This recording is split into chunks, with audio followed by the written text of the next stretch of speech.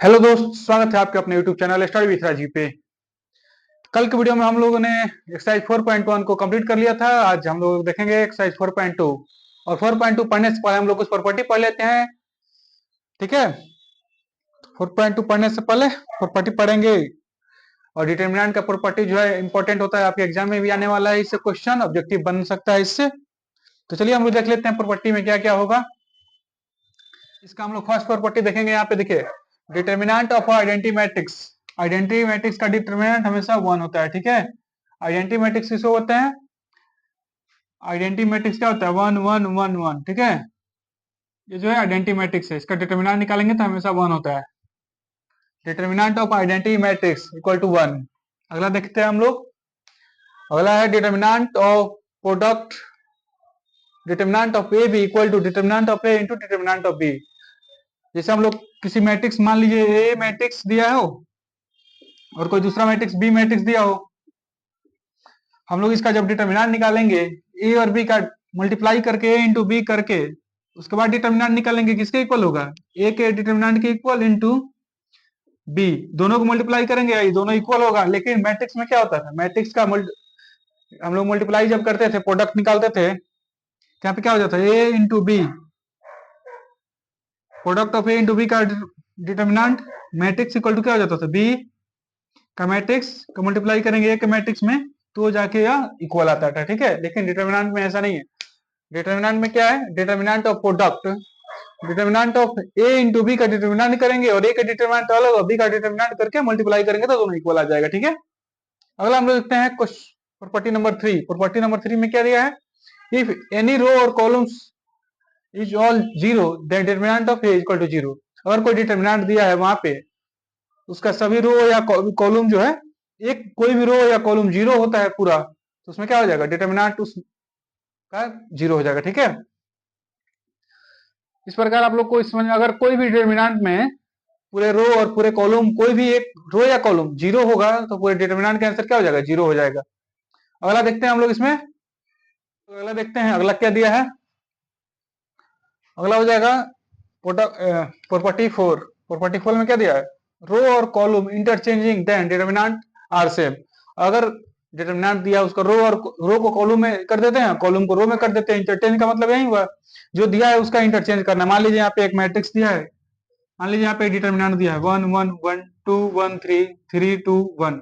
इसके रो को अगर हम लोग रो को कॉलम में कर देते हैं तो क्या हो जाएगा? डिटर्मिनेंट सेम रहेगा। जैसे मान लीजिए यहाँ पे 1 1 1 है तो 1 1 1 2 1 3 3 2 1, ऐसे कर देंगे हम लोग।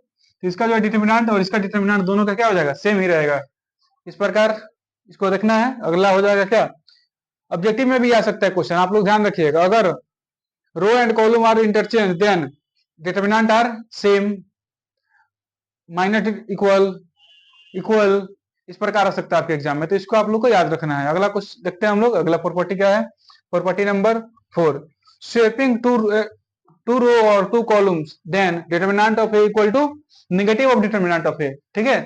अगर किसी दो, देखिए रो और कॉलम को अगर हम एक रो या कॉलम को चेंज करेंगे तो क्या हो जाएगा? डिटर्मिनेंट सेम रहेगा। वहीं अगर स्वेपिंग कर देते हैं हम लोग किसी two row and two column का, माने दो रो और दो कॉलम एक दूसरे में बदल देते हैं, तो क्या हो जाएगा? उसका डिटर्मिनेंट नेगेटिव आ जाएगा, ठीक है। Determinant of A equal to negative के साथ डिटर्मिनेंट ऑफ ए, इसको आप लोग को ध्यान में रखना है। अगर दो रो और कॉलम को इंटरचेंज कर देते हैं हम लोग तो, ठीक है। इसी प्रकार अगला हम लोग देखते हैं। अगला क्या दिया है? अगला यहाँ पे देखिए, इफ टू रो और two columns of a same square matrix are equal then determinant of zero. अगर किसी भी डिटर्मिनेंट में दो रो या दो कॉलम क्या होता है? इक्वल आ जाए तो क्या हो जाएगा? डिटर्मिनेंट जीरो हो जाएगा उसका। कोई भी रो या कॉलम दो को जो है इक्वल आ जाएगा तो उसका डिटर्मिनेंट जीरो हो जाएगा। एक और दिया था ऊपर, क्या अगला दिया है? क्या इसमें अभी वाला जो हम लोग पढ़े हैं, किसी भी मैट्रिक्स में दो रो और दो कॉलम को इंटरचेंज कर देते हैं हम लोग, स्वैप कर देते हैं, स्वैप मतलब इंटरचेंज कर देते हैं हम लोग, उसका क्या हो जाएगा? डिटर्मिनेंट जीरो आ जाएगा, ठीक है। अगला प्रॉपर्टी देखते हैं हम लोग। सेकेंड लास्ट प्रॉपर्टी क्या दिया? Multiply of scalar. स्केलर के साथ मल्टीप्लाई करेंगे। मान लीजिए कोई मैट्रिक्स दिया है यहाँ पे ए इक्वल टू, यहाँ पे मैट्रिक्स दिया है, ठीक है। इसमें हम लोग को टू से मल्टीप्लाई करना है, तो टू से मल्टीप्लाई करने के लिए क्या करेंगे? इक्वल हो जाएगा। टू से मल्टीप्लाई करेंगे इसमें, किसके इक्वल हो जाएगा? Equal to determinant of A into two, ठीक है। Two into determinant of A. इसके लिए करने के लिए क्या होगा? स्केलर से मल्टीप्लाई करने के लिए डिटर्मिनेंट निकाल के 2 से मल्टीप्लाई करना होगा, ठीक है, तो इक्वल आएगा। अगला हम लोग देख लेते हैं प्रॉपर्टी। अगला प्रॉपर्टी क्या है, डिटर्मिनेंट ऑफ ए, ए का ट्रांसपोज लेंगे, डिटर्मिनेंट ऑफ ए का ट्रांसपोज इक्वल टू क्या हो जाएगा, 1 बाई डिटर्मिनेंट ऑफ ए, ठीक है। यहाँ पे आप सबको पता है ये क्या है, इनवर्स ए के पावर माइनस ऊपर है, ठीक है, इक्वल करने के लिए क्या हो जाएगा, पावर ऊपर के नहीं 1 बाई ए, ठीक है, 1 बाई हो जाता है। पावर ऊपर कैसे है, अगर नीचे यहाँ पे मान लीजिए 1 है पावर में, इसको इक्वल करेंगे ऊपर जाएगा तो क्या हो जाएगा, एक के पावर में -1, ठीक है। इस प्रकार इसको है तो नीचे जाएगा, दोनों इक्वल होता है, इसलिए determinant of A inverse equal to 1 by A का डिटर्मिनेंट, ठीक है। इतना प्रॉपर्टी था आपके एग्जाम के लिए इंपॉर्टेंट, तो हमने आपको बता दिया।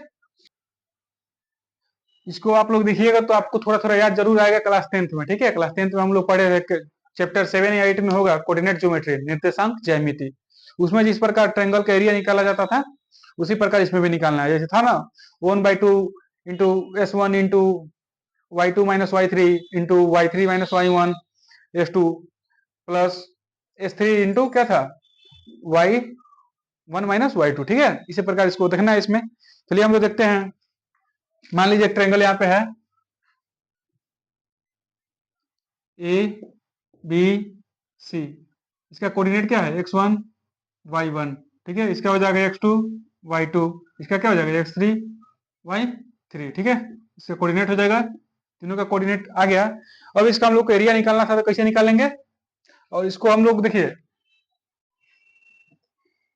एरिया ऑफ ट्रायंगल, इसको हम लोग यहाँ डिटरमिनेंट में पढ़ रहे हैं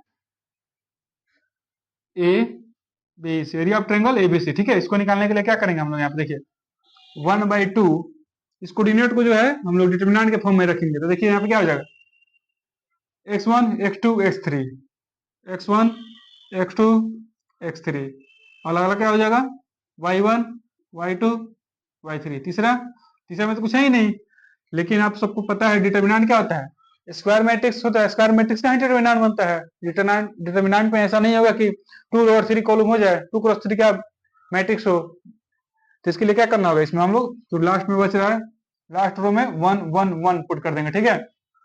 अब इसका हम लोग सिंपली डिटरमिनेंट निकालेंगे, जो कि क्या हो जाएगा एरिया ऑफ ट्रायंगल एबीसी हो जाएगा। तो हम लोग इसका डिटरमिनेंट निकालेंगे, वो क्या हो जाएगा ट्रायंगल के एरिया के इक्वल हो जाएगा, ठीक है। तो कैसे निकालना है इसका डिटरमिनेंट, आइए देखते हैं हम लोग यहाँ पे। इसका हम लोग डिटरमिनेंट निकालेंगे, determinant of A B C, ठीक है, area of determinant A B C equal to 1/2 है, तो 1/2 को बाहर रख लेंगे। अब इसका डिटरमिनेंट निकालेंगे, देखिए हम लोग जो है एक्सरसाइज 4.1 में पढ़े थे कि इसके डिटरमिनेंट निकालने के लिए हम लोग रो से एक्सपेंड किए थे, ठीक है। अब इसमें कॉलम से एक्सपेंड कर देंगे, तो यहाँ पे क्या हो जाएगा, कॉलम से जब एक्सपेंड करेंगे तो x1 आ जाएगा, इंटू यहाँ पे क्या हो जाएगा x1 आ जाएगा, जब x1 बाहर लेंगे तो क्या हो जाएगा, x1 वाले कॉलम को और रो को कैंसिल कर देंगे, तो क्या बचेगा y1 y2 y3 1 4, ठीक है। तो y2 इंटू 1 क्या हो जाएगा y2 माइनस y3 हो जाएगा। उसके बाद क्या हो जाएगा माइनस x2, x2 जब लेंगे तो क्या हो जाएगा, x2 वाले रो को और कॉलम को कैंसिल कर देंगे, तो क्या बचेगा y1 1 y3 1, ठीक है। तो y1 में 1 से मल्टीप्लाई करेंगे तो क्या हो जाएगा y1, ठीक है, इसको और इसको कैंसिल कर देंगे, ठीक है, इसको, ठीक है। तो y1 माइनस y3, उसके बाद क्या हो जाएगा, यहाँ पे हो जाएगा प्लस x3 लेंगे, यहाँ पे क्या हो जाएगा फर्स्ट रो और फर्स्ट कॉलम को, फर्स्ट कॉलम और लास्ट रो को कैंसिल करना होगा, तो यहाँ पे क्या बचेगा देखिए y1 y2 और 1 1, ठीक है। तो y1 में 1 से मल्टीप्लाई होगा तो क्या हो जाएगा y1 माइनस, यहाँ पे क्या हो जाएगा y2 में 1 से मल्टीप्लाई होगा तो y2 हो जाएगा। इस प्रकार आ गया एरिया फॉर ट्रायंगल। अब आप सबको देख के जो लग रहा होगा कि एकदम बड़ा है, इसे कैसे निकालेंगे हम लोग, तो इसको कोऑर्डिनेट में हम लोग करेंगे ना तो एकदम सिंपल हो जाएगा, ठीक है। जैसे मान लीजिए एग्जांपल हम लोग देख लेते हैं, यहाँ पे एक तो ट्रायंगल दिया है, ठीक है, यहाँ पे एक ट्रायंगल है ए बी सी, यहाँ पे क्या हो जाएगा 2 3 4 1 2 4, ठीक है। यहाँ पे कोऑर्डिनेट दे दिया इसका।